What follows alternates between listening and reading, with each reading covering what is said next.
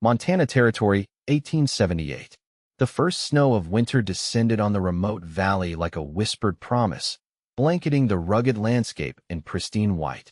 Hunter Reynolds stood at the window of his newly acquired ranch house, his 22-year-old frame silhouetted against the fading light. His chestnut hair fell across his forehead as he surveyed what was now his 160 acres of promise and possibility. "They say she hasn't spoken a word in 3 years," the doctor had told him that afternoon, his expression grave beneath a silver mustache. Not since the incident. Hunter's jaw tightened.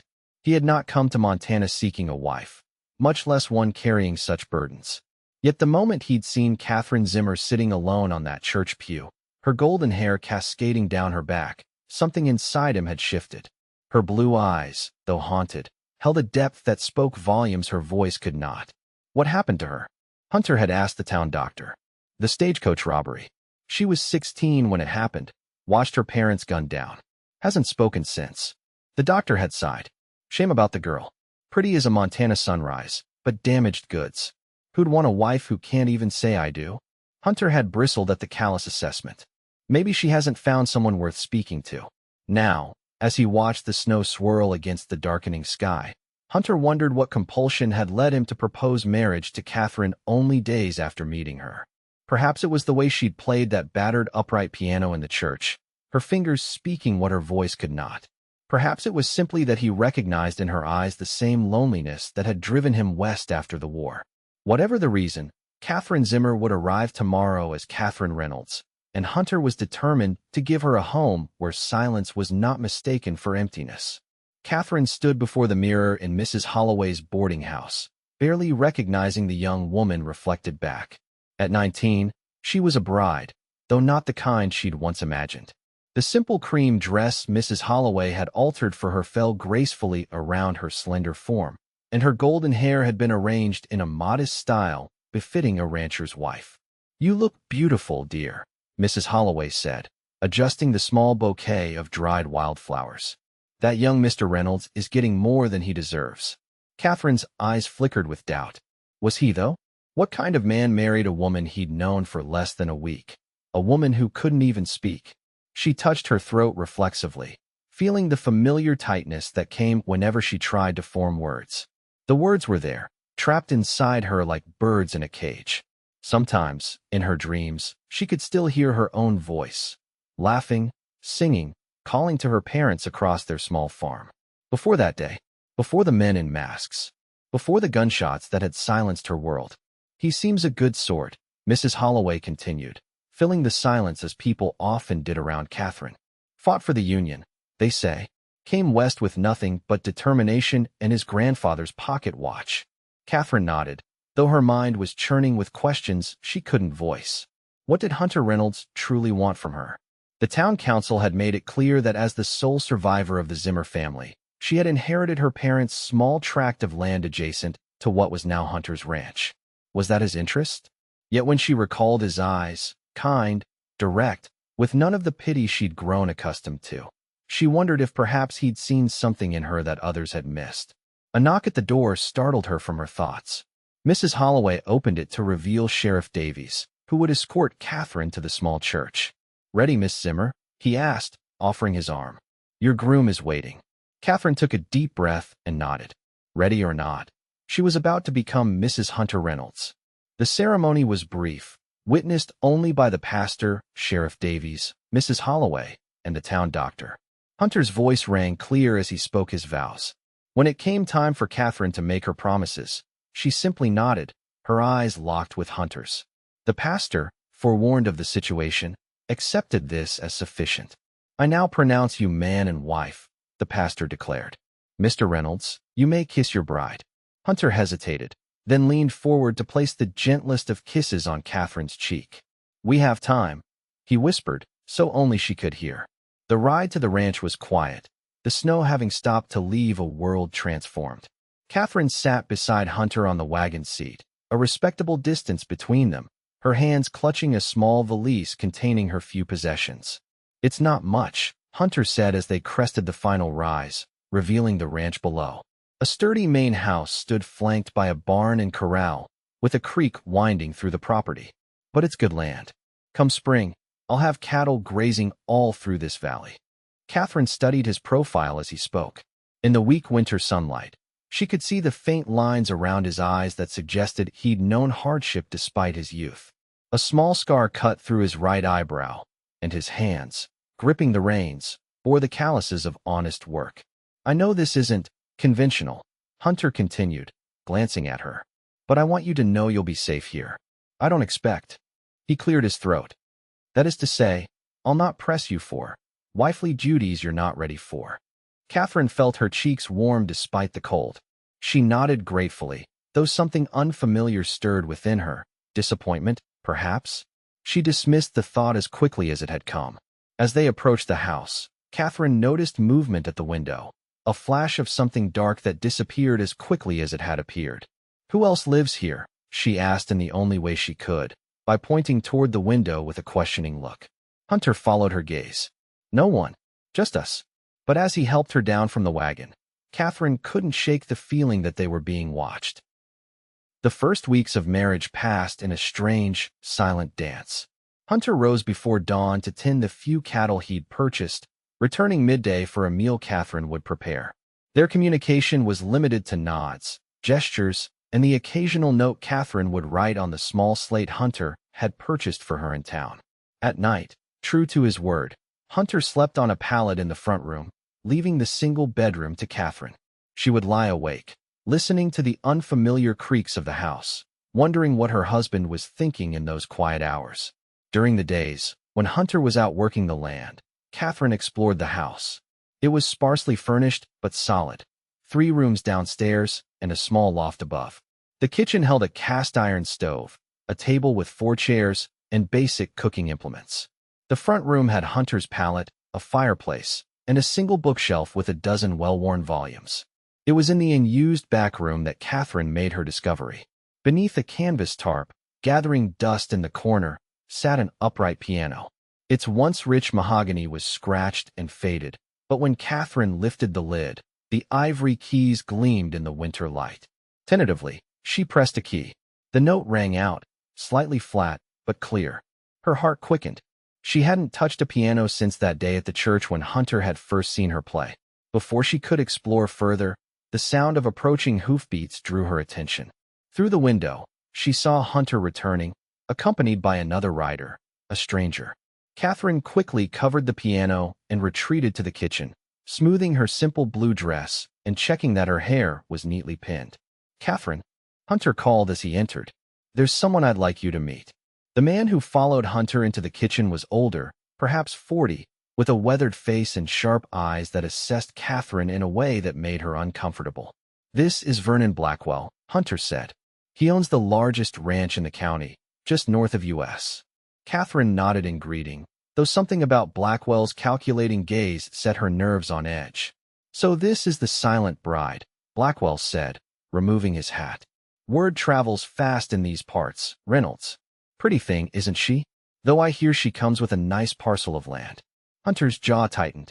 Mr. Blackwell has been kind enough to offer his expertise as I establish my herd. Neighborly duty, Blackwell said with a smile that didn't reach his eyes. Though I'm still of the opinion you should sell to me, Reynolds. This valley's no place for a beginner, especially with a delicate wife. Catherine's hands clenched at her sides. Delicate? Is that what people thought of her? We're managing just fine, Hunter replied, his tone cooling. Catherine, Mr. Blackwell will be staying for dinner. Would that be all right? She nodded, though everything inside her wanted this man gone from their home. As she prepared the meal, a simple stew with the last of their preserved vegetables, she could hear the men talking in the front room. That land of hers is the key to controlling the water rights, Blackwell was saying, his voice low but not low enough. Smart move, marrying her. Though there are other ways to acquire property. I didn't marry Catherine for her land, Hunter replied sharply. Blackwell laughed. No? Then why did you marry a mute girl you barely know? Charity? Or something else? There was a pause, and Catherine held her breath, waiting for Hunter's answer. My reasons are my own, he finally said. And I'd thank you to speak respectfully of my wife and our home. Catherine felt a rush of gratitude, followed by a nagging question. What were Hunter's reasons? They'd never properly discussed why he'd proposed so suddenly. Was Blackwell right? Had the adjacent land been the draw all along? The question lingered through dinner, where Blackwell dominated the conversation with tales of his own success and thinly veiled suggestions that Hunter was in over his head. "Winter's the easy part," Blackwell said, sopping up gravy with a piece of bread. "Wait until spring thaw, when the creek floods. Or summer, when the range dries up faster than you can say bankruptcy. A man needs experience to survive out here, or powerful friends." "I appreciate the concern," Hunter said, his patience clearly wearing thin, "but we'll manage." Blackwell shrugged. "Suit yourself. But my offer stands. I'll take this whole spread off your hands. Give you enough to start fresh somewhere more suitable." After Blackwell finally departed, Hunter stood at the window, watching until the man's horse disappeared into the gathering dusk. "I don't trust him," he said, almost to himself. Then, turning to Catherine, "I'm sorry he was so indelicate." Catherine took up her slate and wrote quickly, "Why did you marry me?" Hunter read the words, his expression softening. "Not for the reasons he implied." "Then why?" He hesitated. "Because when I saw you at that piano in the church, playing like your soul was speaking through your fingers, I knew you were stronger than anyone gave you credit for, and I thought maybe we could be stronger together." Catherine stared at him, searching his face for any sign of deception. "There are things you don't know about me," she wrote. "There's time to learn," he answered simply. But as Catherine lay in bed that night, she wondered if Hunter would still feel that way if he knew the full truth about what had happened 3 years ago, and why she really couldn't speak. The winter deepened, snow piling against the house until paths had to be dug to reach the barn.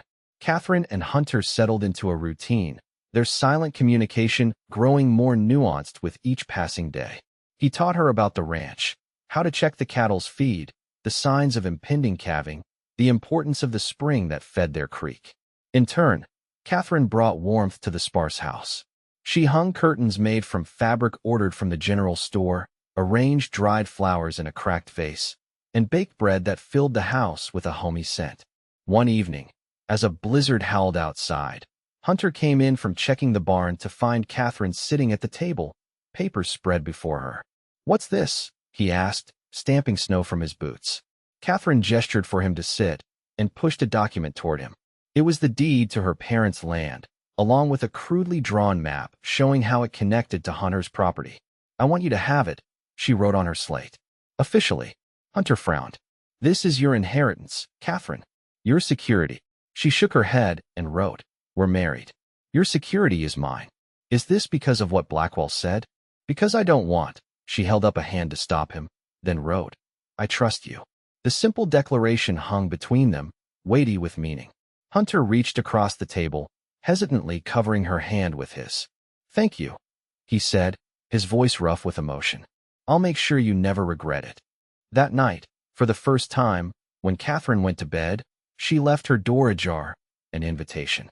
Hunter noticed, his eyes meeting hers in a silent question. She nodded, and he followed her into the bedroom. Their first night as true husband and wife was tender, unhurried. Hunter's hands were gentle as they learned each other in the soft glow of the lamp. Catherine, who had feared this intimacy, found herself responding with unexpected passion. Without words, she showed him what pleased her, and Hunter proved an attentive student. Afterward, as they lay entwined, Hunter traced the curve of her cheek. "I'm falling in love with you, Catherine Reynolds," he whispered. "I know it's fast, but I am." Catherine pressed her palm against his chest, feeling his heart beating strong and steady beneath her hand. She mouthed the words back to him, "I love you too," and though no sound emerged, Hunter understood. But as he drifted to sleep, Catherine remained awake, watching the play of moonlight through the window. She loved him, that much was certain. But did she trust him enough to reveal her secret? To show him the tarnished locket hidden in her valise, and with it, the truth that might destroy everything they were building? Spring arrived with a rush of meltwater and mud. The creek swelled beyond its banks, just as Blackwell had predicted, threatening the lower pastures. Hunter worked from dawn until well after dusk, reinforcing the banks and moving the small herd to higher ground. Catherine, worried by his exhaustion, ventured to the barn one afternoon with a basket of food. As she approached, she heard voices, Hunter's and another man's. Pausing outside the door, she listened. "You're a fool, Reynolds," the voice, Blackwell's, was saying. The spring flood is just the beginning. Summer will bring drought. Autumn will bring early snow. This land will break you. I've managed so far, Hunter replied. Because I've allowed it, Blackwell snapped. Do you think it's coincidence your cattle haven't been rustled?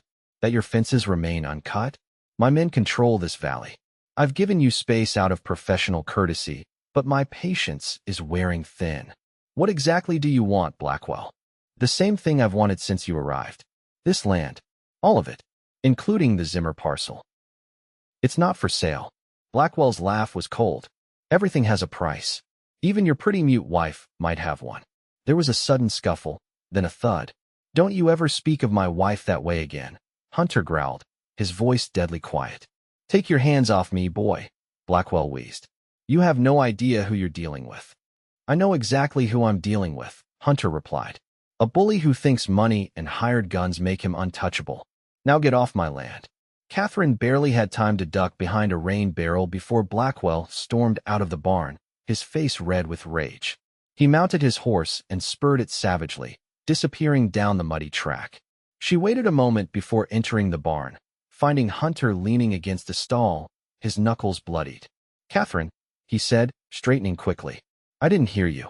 She set down her basket and took his hand, examining the raw knuckles with concern. It's nothing, he assured her. Blackwell and I had a disagreement.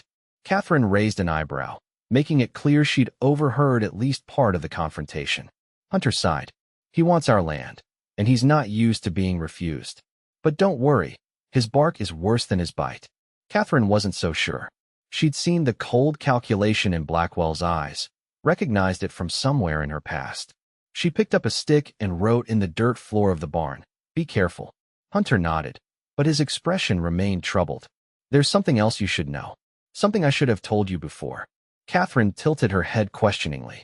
I knew your parents, Hunter said quietly. Not well, but I met them once before the war. Your father helped my uncle when his wagon broke down outside your farm. They were good people. Catherine's eyes widened. This was unexpected, a connection she hadn't known existed. I didn't tell you because I wasn't sure how to explain that I sought you out deliberately when I came to Montana. It wasn't a coincidence that I bought land adjacent to your family's property. She took a step back, confusion and hurt washing over her. Had Blackwell been right after all? Had Hunter married her for the land? No, it's not what you're thinking, Hunter said quickly, reading her expression. I came because I made a promise to someone. Someone who knew what happened to your family. Catherine felt her heart begin to race. Who? Who could have sent Hunter to find her? But before he could explain further, the dinner bell rang from the house. Except Catherine was here with Hunter, and no one else should have been in their home. Hunter grabbed a pitchfork. Stay here, he commanded, already striding toward the door. Catherine ignored him, following close behind as they approached the house. The front door stood open, swinging gently in the spring breeze. Hello, Hunter called, pitchfork raised defensively as they entered. The house appeared empty, yet something was different. Catherine noticed it first. The canvas had been removed from the piano in the back room, and the lid was open. On top of the piano sat a single object, a playing card. The Queen of Hearts, with a crude skull drawn over the face. Hunter's expression darkened as he picked up the card. It's a warning, he said grimly. Blackwell's letting us know he can get to us anytime he wants. Catherine shook her head. The card, the piano, it reminded her of something else, something from before. A memory stirred, then slipped away like smoke. We should go to the sheriff, Hunter suggested. But Catherine knew the local sheriff would do nothing. Blackwell owned too many people in the county. Instead, she pointed to the piano, then pantomimed playing it. Hunter frowned. You want to play? Now. She nodded emphatically. Catherine, someone just broke into our home. This isn't the time for music. But Catherine was already sitting at the bench, her fingers hovering over the yellowed keys. There was something important about this piano, something she needed Hunter to understand. She began to play, a simple melody at first, as her fingers remembered their training. The piano was badly out of tune, but the notes still carried a haunting beauty. Hunter watched, his expression shifting from confusion to wonder as Catherine's playing grew more confident. The melody became complex, emotional, filling their small house with sound. That's beautiful, Hunter said when she finally stopped. But I don't understand what. Catherine pointed to the side of the piano, where a name was engraved on a small brass plate. Zimmer. This was your family's piano? Hunter asked. She nodded, then pointed to herself, then to Hunter, her eyes questioning. How did it get here? Hunter translated. I bought it from a dealer in Helena. He said it came from an estate sale after a tragedy.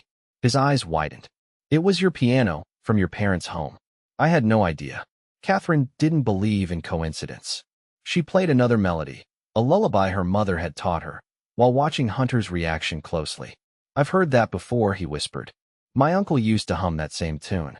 Catherine stopped playing abruptly. She stood and hurried to her valise, retrieving the tarnished locket she'd kept hidden. Opening it, she showed Hunter the tiny portrait inside, a young man in a Union Army uniform. Hunter stared at the image, his face draining of color. That's my Uncle Henry, he said hoarsely. How do you have this? Catherine's hands trembled as she took up her slate. He was there the day my parents died. He tried to save them. My uncle died in a stagecoach robbery 3 years ago, Hunter said slowly. In Montana Territory. I received a letter and his personal effects months later. Catherine nodded, tears filling her eyes. He was traveling with us. The men who stopped the coach, they weren't just robbers. What do you mean? They knew my father's name. Asked for him specifically before they shot him. Hunter sat heavily on the piano bench, the implications sinking in. It wasn't a random robbery. It was targeted. Your uncle tried to stop them. He killed one before they shot him too. And you saw it all, Hunter said softly, understanding dawning in his eyes. That's why you don't speak. Not because you can't, but because I promised I wouldn't, Catherine wrote, her hand shaking so badly the words were barely legible. The last robber, he held a gun to my head. Said if I ever spoke of what I saw, he'd find me. Said he'd know if I told anyone. So you stopped speaking entirely, Hunter finished, awe and sorrow mingling in his voice. Catherine nodded, tears streaming down her face now. My uncle sent me a letter before he died, Hunter said. It arrived months later with his effects. He wrote that if anything happened to him, I should come to Montana and find the Zimmer girl. Said she might be in danger and wouldn't know who to trust. He knew them, Catherine wrote. The robbers. He recognized one before they shot him. Did you see their faces? Hunter asked gently. Catherine hesitated, then nodded slowly. One of them. The others wore masks, but one didn't. He thought I was unconscious after he hit me. I saw his face clearly. Would you recognize him if you saw him again? Catherine's answer was immediate and certain. Yes. I see his face in my nightmares. Hunter took her hands in his. Catherine, I came to Montana to fulfill my uncle's last request, to find you and keep you safe. I never expected to fall in love with you. But now that I have, I promise you this. Whoever was responsible for killing your parents and my uncle will pay. And you'll never have to be afraid to speak again. Catherine leaned forward and kissed him, pouring all her unspoken words into the gesture. When they parted, she wrote one more message on her slate. I think Blackwell knows something. The Queen of Hearts, Hunter murmured. My uncle mentioned a playing card in his letter. Said it was the calling card of the man who led the robbery, a man they called the Gentleman. The pieces were beginning to fall into place, but as thunder rumbled in the distance, heralding a spring storm, Catherine couldn't shake the feeling that danger was closing in around them, and that the piano had somehow awakened something that had been lying dormant for 3 long years. The next morning, Hunter rode into town alone, despite Catherine's silent protests. He needed information about Blackwell, about the robbery, about anything that might connect the two, and the town's telegraph office was the place to start. Catherine spent the day pacing anxiously, jumping at every sound.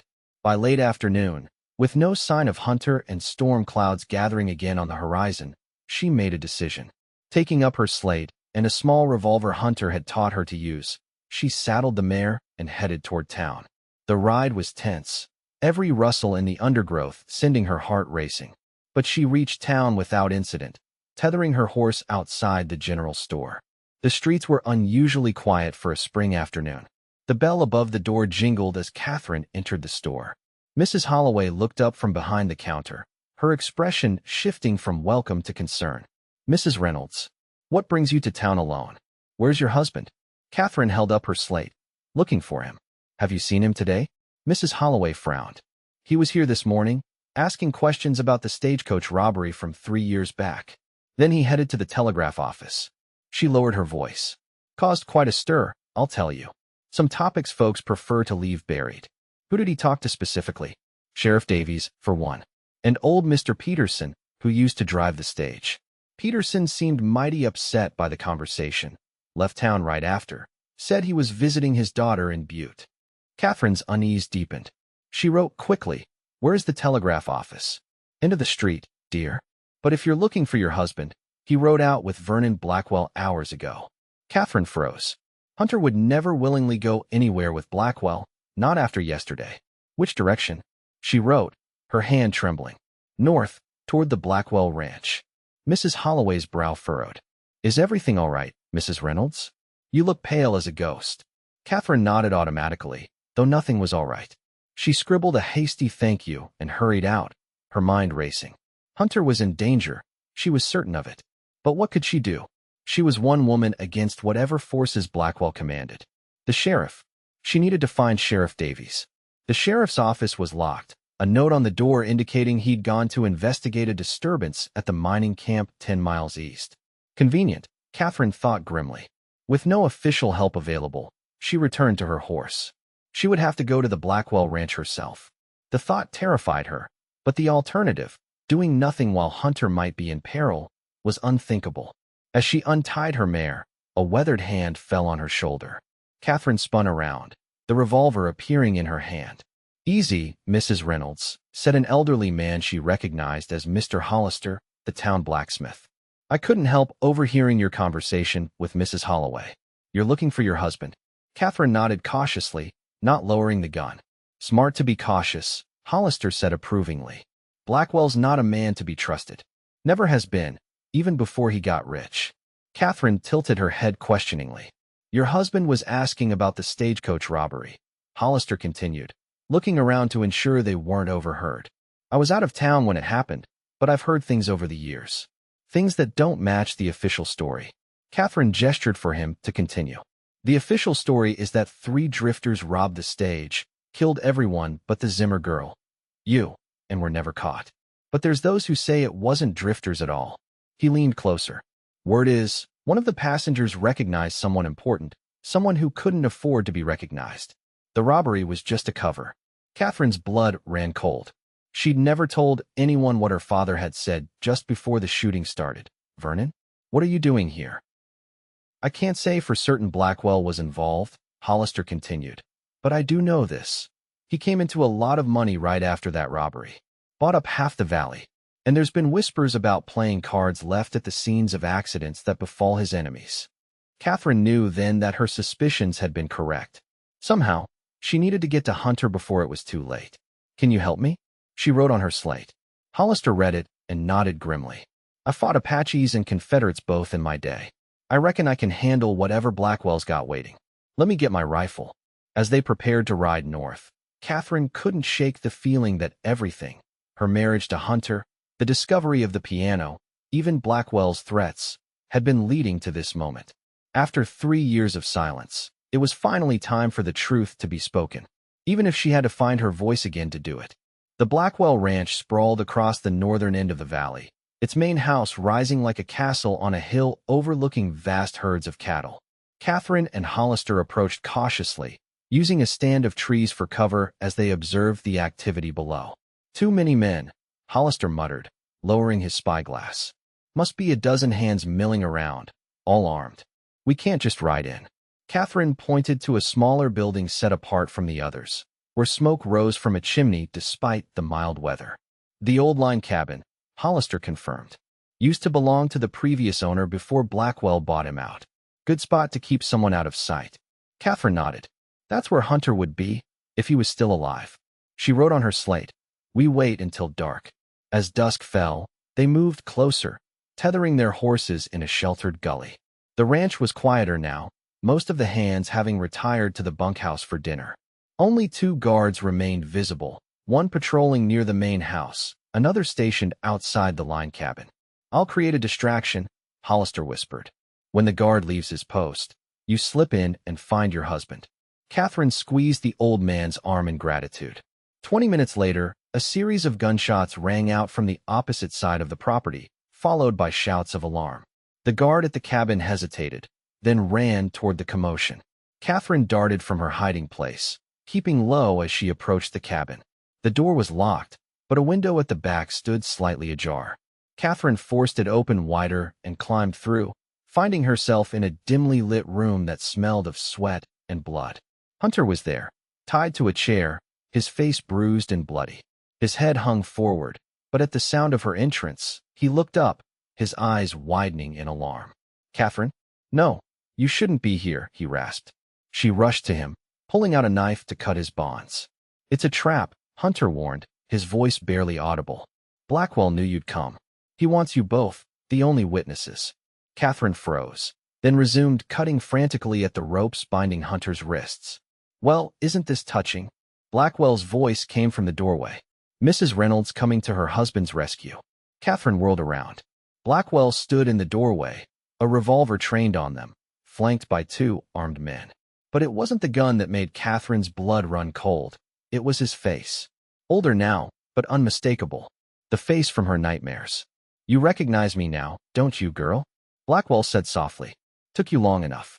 I've been watching you for 3 years, waiting for you to break your promise. Waiting for you to speak." "Leave her alone, Blackwell," Hunter growled, straining against his loosened bonds. "Your quarrel is with me." "My quarrel is with anyone who threatens my position," Blackwell corrected him. "Your uncle recognized me that day on the stagecoach. He knew what I'd done during the war, the desertion, the profiteering. He would have ruined me just as I was building my empire here." "And my parents?" Catherine mouthed, though no sound emerged. Blackwell laughed. "Your father was in the wrong place at the wrong time. But you," his eyes narrowed, "you were supposed to die with the rest. My mistake was thinking a bullet graze and a blow to the head would be enough." "You won't get away with this," Hunter said. "People in town know we're here." "People in town do what I tell them to," Blackwell replied dismissively. "By morning, there will be a tragic story of how the Reynolds were killed by the same gang that murdered the Zimmers 3 years ago. Poetic, don't you think?" He gestured to his men. "Tie her up too. We'll take them to the ravine after midnight. Make it look like a robbery gone wrong, just like last time." As one of the men approached with a rope, Catherine made a desperate decision. She lunged for the oil lamp on the table, hurling it against the wall. The glass shattered, flames immediately catching on the dry wooden boards. Chaos erupted. Smoke filled the small cabin as the fire spread rapidly. Blackwell and his men backed toward the door, momentarily distracted. Catherine used the confusion to finish cutting Hunter's bonds. "The window," Hunter shouted, pulling her toward their escape route as the room filled with smoke. They had almost reached it when a shot rang out. Hunter stumbled, clutching his side, but kept moving. They tumbled through the window together just as the cabin's roof began to collapse.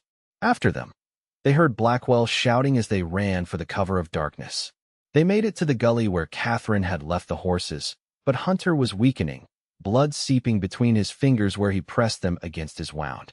"I can't ride," he gasped, leaning heavily against her. Catherine made a quick decision.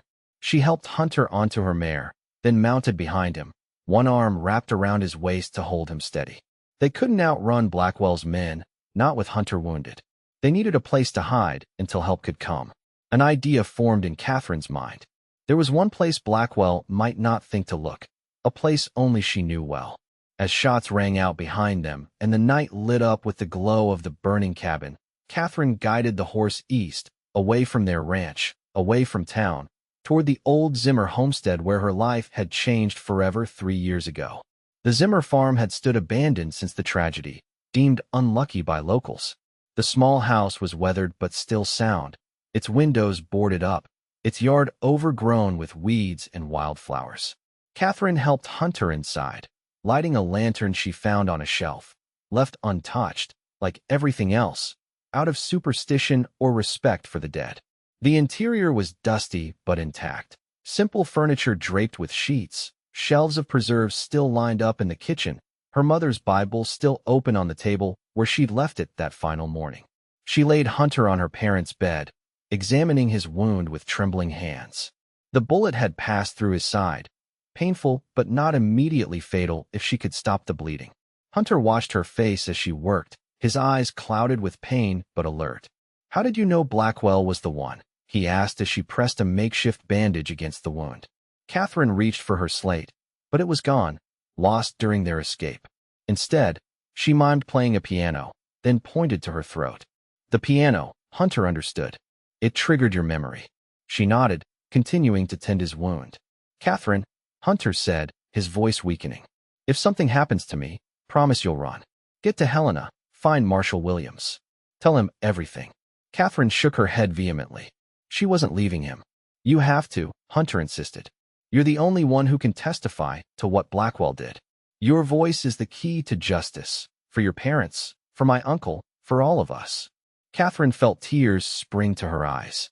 Her voice, the thing she'd buried so deeply she sometimes wondered if it still existed. I know you're scared, Hunter whispered, reaching up to touch her cheek. But you're the bravest person I've ever known. Braver than me, braver than any soldier I fought beside in the war. She leaned into his touch, her heart breaking at the possibility of losing him just when she'd found love again. I need to rest, Hunter said, his eyelids growing heavy. Just for a little while. Catherine nodded, tucking the blankets around him. She checked the doors and windows, making sure they were secure, then took up position by the front window to watch for pursuers. Hours passed. The moon rose and set. Hunter slept fitfully, occasionally murmuring in his fever dreams. Catherine dozed in the chair, jerking awake at every creak and groan of the old house. Near dawn, she heard it, the distant sound of hoofbeats. Multiple riders, approaching slowly, methodically. Blackwell had found them. She shook Hunter gently, but he was burning with fever, barely conscious. The wound had become infected despite her best efforts. Catherine, he mumbled. Are they coming? She nodded, despair washing over her. They had no escape, no help, no hope. Hunter's hand found hers, squeezing weakly. The piano, he whispered. Your parents' piano. There's something I never told you. Catherine frowned, not understanding. When I bought it, there was a hidden compartment. In the bench. I found papers inside, documents. Catherine's eyes widened. Documents? What kind of documents would be hidden in a piano? Evidence, Hunter continued, his voice fading. Against Blackwell. Your father was a lawyer before he came west. He was building a case, land fraud, murder, corruption. It's all there, hidden in our home. The hoofbeats were closer now. Catherine could hear men's voices, giving orders, spreading out to surround the house. Go, Hunter urged. The back way. While you still can. Get to our ranch, find the evidence. It's your only chance. Catherine shook her head, tears streaming down her face. She wouldn't leave him to die alone. Please, Hunter begged, his eyes clearing momentarily. I love you, Catherine. I've loved you since I saw you playing that church piano, speaking with your hands what your voice couldn't say. Don't let Blackwell silence you forever. Outside, a voice called out, Blackwell's voice, smooth and confident. Reynolds, we know you're in there. Send out the woman, and we'll let you live. Hunter's eyes locked with Catherine's. He's lying, he whispered. He'll kill us both. Catherine knew he was right. She also knew she couldn't escape. The house was surrounded. There was only one option left, the one thing she'd sworn never to do. She had to find her voice. Leaning down, she kissed Hunter tenderly. Then she walked to the front door and stepped out onto the porch, hands raised. Blackwell sat on his horse in the yard, surrounded by 6 armed men. He smiled when he saw her, a cold, triumphant smile that didn't reach his eyes. Mrs. Reynolds, he called. Wise decision. Where's your husband? Catherine remained silent, her face expressionless. No matter, Blackwell continued. We'll find him. Johnson, Myers, search the house. 2 men dismounted, moving toward the steps where Catherine stood. She didn't move. Step aside, girl, one growled. Catherine took a deep breath. 3 years of silence. 3 years of fear. 3 years of a promise kept to a man who had destroyed her world. No, she said. The word came out raspy, barely audible after so long and used. But it was enough to freeze everyone in the yard. Well, Blackwell said, his smile faltering. She speaks after all. Yes, Catherine said, her voice growing stronger with each word. I speak. I saw you, Vernon Blackwell. I saw you murder my parents and Hunter's uncle. I heard you give the orders. I watched you place your playing card on my father's body. Blackwell's face darkened. Stupid girl. No one will believe you. It's your word against mine, and I own this county. Not anymore. The new voice came from behind Blackwell. Sheriff Davies rode into the yard, followed by Mr. Hollister and at least a dozen townspeople, all armed.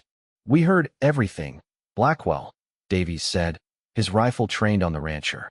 "Mrs. Holloway was worried about the Reynolds. Sent riders to fetch me back from the mining camp. Got here just in time to hear Mrs. Reynolds break her silence. And your confession." Blackwell's hand moved toward his gun. "You're making a mistake, Davies. These people are nothing. I made this town. And you've been breaking it ever since," Davies replied. "Boys, disarm Mr. Blackwell and his men. They're under arrest for the murders of James and Martha Zimmer, Henry Reynolds, and the attempted murders of Hunter and Catherine Reynolds." As the townspeople moved to comply, outnumbering Blackwell's men, Catherine turned and ran back into the house. Hunter was sitting up in bed, pale but conscious. "You spoke," he said wonderingly. "I heard you." "Yes," Catherine replied, the words still strange on her tongue. "For you. For us. For justice." Hunter pulled her into his arms, heedless of his wound. "Your voice is even more beautiful than I imagined." "There will be a trial," Catherine said, each word coming easier than the last. "We'll need the evidence from the piano." "We'll get it," Hunter promised. Together, outside, they could hear Blackwell raging as he was led away in handcuffs, his empire crumbling around him. But inside the old Zimmer house, surrounded by ghosts of the past and promises of the future, Catherine and Hunter held each other, knowing that the long silence had finally been broken. 1 year later, the Reynolds Ranch was transformed. New fences enclosed expanded pastures where healthy cattle grazed. The barn had been enlarged, and the house boasted a fresh coat of paint and flower boxes beneath the windows. In the front room, Catherine sat at the restored piano, her family piano, playing a lively tune while neighbors and friends clapped in time. The trial of Vernon Blackwell had ended 3 months earlier with a conviction and a hanging. Justice had been served, and the valley had been freed from his shadow. Hunter leaned in the doorway, watching his wife with undisguised adoration. Her golden hair was arranged elegantly, her blue dress complementing her eyes. But it was the joy in her face as she played that captivated him most. "She plays like an angel," Mrs. Holloway commented, standing beside Hunter. "Hard to believe there was a time when we thought we'd never hear her voice." "The piano always spoke for her," Hunter replied, "even when she couldn't speak for herself." As the song ended, Catherine looked up, finding Hunter's eyes across the room. She smiled, the radiant, uninhibited smile that still made his heart skip a beat, and beckoned him over. He sat beside her on the bench, and she leaned close. "I have something to tell you," she whispered, her voice now as familiar to him as his own. "What is it?" he asked, taking her hand. "I visited Dr. Simmons yesterday," Catherine said, her eyes sparkling. "We're going to have a baby." Hunter's face transformed with wonder. "A baby? Are you certain?" Catherine nodded. "Due in winter. Our child will never know silence, Hunter. I promise you that. Our home will be filled with music, with laughter, with words of love." Hunter gathered her in his arms, heedless of their audience. "I fell in love with you in your silence," he said softly. "But hearing you say you love me, that's a music all its own." "I do love you," Catherine said, touching his face. "Thank you for believing I could find my voice again."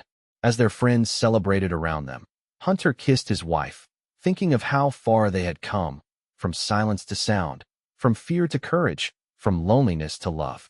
The piano that had once been Catherine's only voice now stood as a testament to their journey, its music filling their home with promises kept and futures yet to unfold. In a valley once ruled by fear, the Reynolds Ranch had become a haven of hope, all because a rancher had played his wife's old piano, and a woman had found the courage to break her silence and speak her truth.